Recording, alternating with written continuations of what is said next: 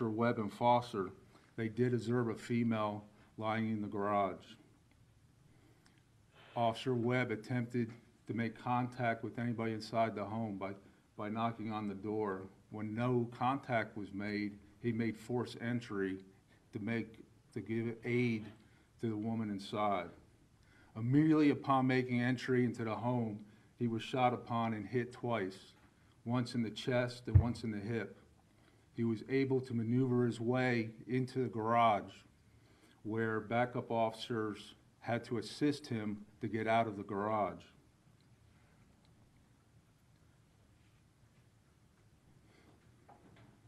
While this is going on, other responding officers were coming and setting up a perimeter on the waiting for their arrival of the SWAT team. While they were setting up the perimeter, an Officer Merritt, while he was there setting up the perimeter, he was shot in the hand by the suspect from inside the house. Both Officer Webb and Merritt were transported to Grady. Upon the arrival of the SWAT team, it was quickly realized that we were going to need some assistance. We were going to need armor in the form of an armored vehicle. So we reached out to our neighboring agencies, and they quickly responded with both equipment and armored vehicles. Upon arrival of the SWAT teams, negotiations were established with the suspect for many hours. When negotiations failed, I ordered gas to be deployed in an attempt to force the suspect from the home. When this failed as well, the order was made to enter the home by SWAT teams. Upon entry, SWAT teams located 3 deceased bodies, including the suspect from apparent self-inflicted gunshot wound. This investigation is still ongoing. Investigators are at the scene as I speak. I want to give an update on my officers. Officer Webb and Merritt are both still being treated at Grady and doing well, and we are praying for a full recovery for both officers. I also want to publicly thank the agencies that came to assist us. All the agencies worked very well together, and we worked extremely hard to bring this to a peaceful resolution. I'm very proud of the way my officers responded and the actions they took that day. The officers that assisted us yesterday: Henry County Sheriff's Office, Keith McBrayer, Chief Roberts from Clayton County Police, Sheriff Hill from Clayton County Sheriff's Office, Sheriff Long from Butts County Sheriff's Office, Chief Conroy from DeKalb County PD, Henry County DA Darius Patillo, Colonel McDonough from Georgia State Patrol, the Department of Motor Vehicle Carriers, GBI Bomb Squad, and there are also our federal partners, ATF and the FBI. All these agencies, I just want to say again, thank you so much for everybody coming to our assistance. It was quite amazing to see that many different agencies and how seamlessly everything worked together. Once all these SWAT teams got on scene, no other officers were hurt in this whole operation.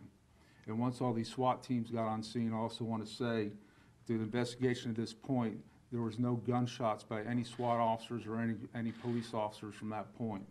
So that's something to be said. We tried to do everything we possibly could to bring this to a peaceful resolution.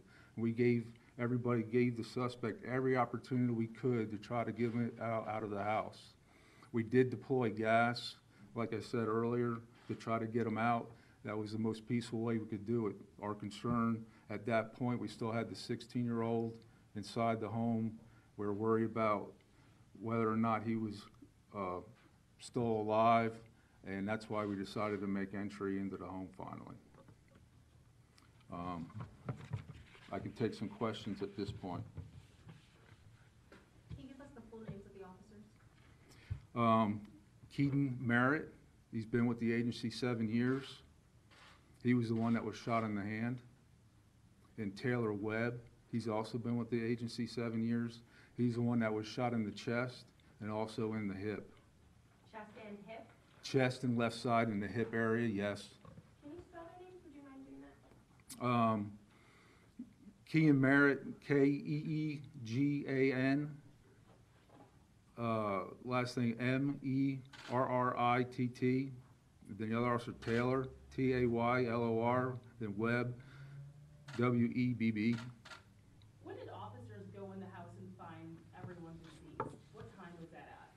Approximately 3 a.m. When did communication with the suspect stop, or even with the teenager? I don't have Pacific timeline in front of me right now. We waited so long because we were having very good dialogue. We only had contact, but we actually had communication with the suspect. We never had any dialogue with the teenager. We had family members saying they had some kind of contact with them through text messaging. We were talking with family members as well. At the time, during the negotiations, we had every belief at the time that the stepson, the teenager, was still being held and still possibly alive. When negotiations deteriorated where he wouldn't communicate with us anymore, that's when we we're still trying to make contact with him. We had a robot inside so that we could talk back and forth when he wouldn't talk on the phone. That's when we continued to try to communicate, and that's when we started to use gas in the hopes that would force him to come out, and then we could go in and hopefully see who was there. Did you guys hear any gunshots when you were out there? Absolutely. Numerous gunshots were fired. He shot at SWAT officers. He shot at the first responding officers. Obviously, 2 of them were hit. Our armored vehicles that were out there that came to assist us, they were hit. I've personally seen the bullet ricochets and marks in the armored vehicles, and they did their job excellently and kept the officers safe. Was he legally allowed to have a gun? To my knowledge, based on his criminal history, no, he shouldn't have had a gun. Sir, again, how long was the negotiating going on? Who exactly was the lead negotiator, and what was their experience level? I can put out further information about that later, but this went on for many, many hours. There was different negotiators, both from our agency and other agencies that handled the negotiations. Was the GBI brought in at all to negotiate? FBI was there. Chief, I know that this is, I know you said you did everything you could to bring this to a peaceful outcome. I mean, the fact that we have 3 deceased folks, I mean, talk about how that, weighs on the officers, on your mind, sending the way you did. Of course, I mean, we lost a teenager. That was our main focus at that point, was to try to do everything that we possibly could to get this teenager out of the house.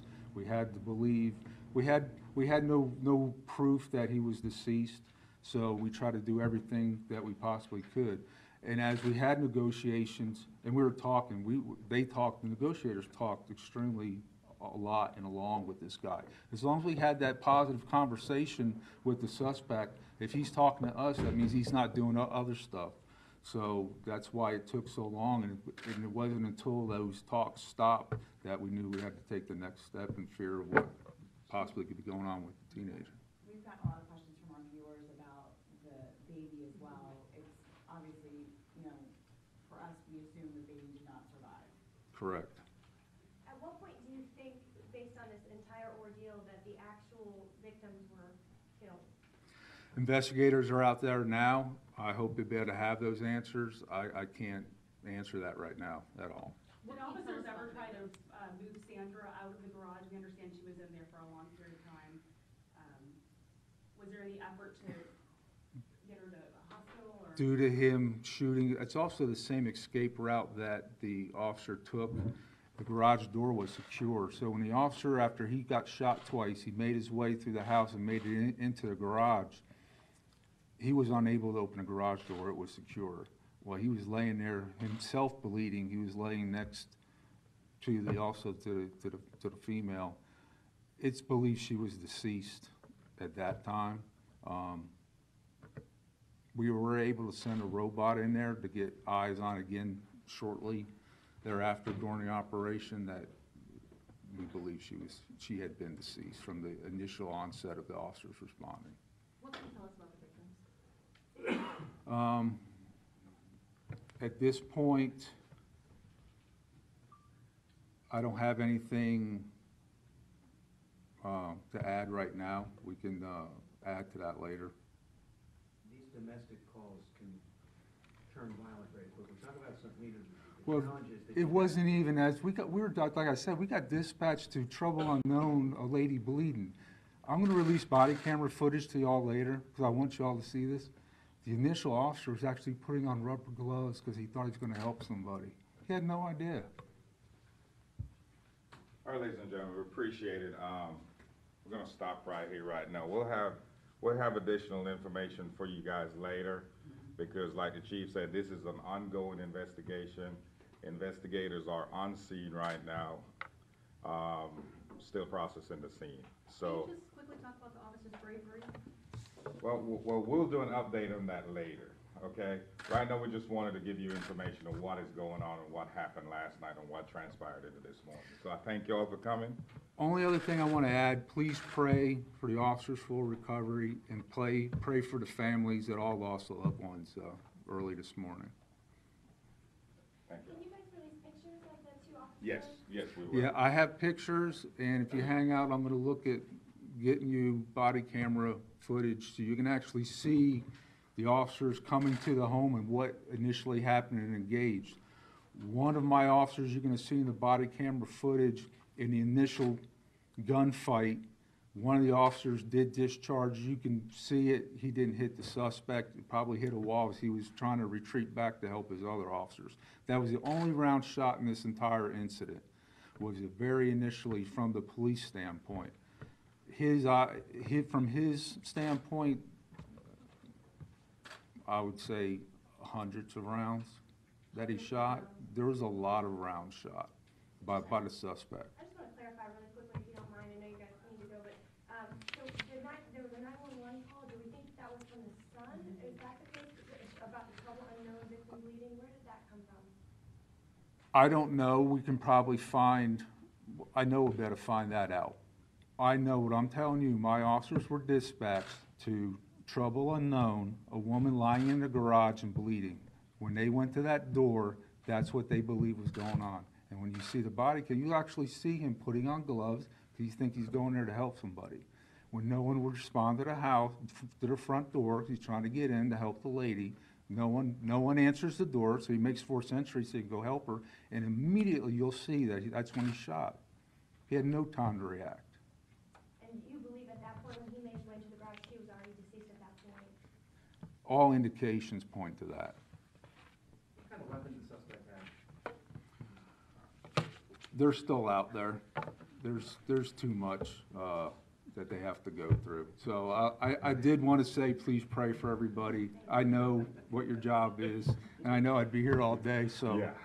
As I get the more information, I'll pass it on. I want this to be as transparent as possible, and we try to do everything we could to make this happen peacefully.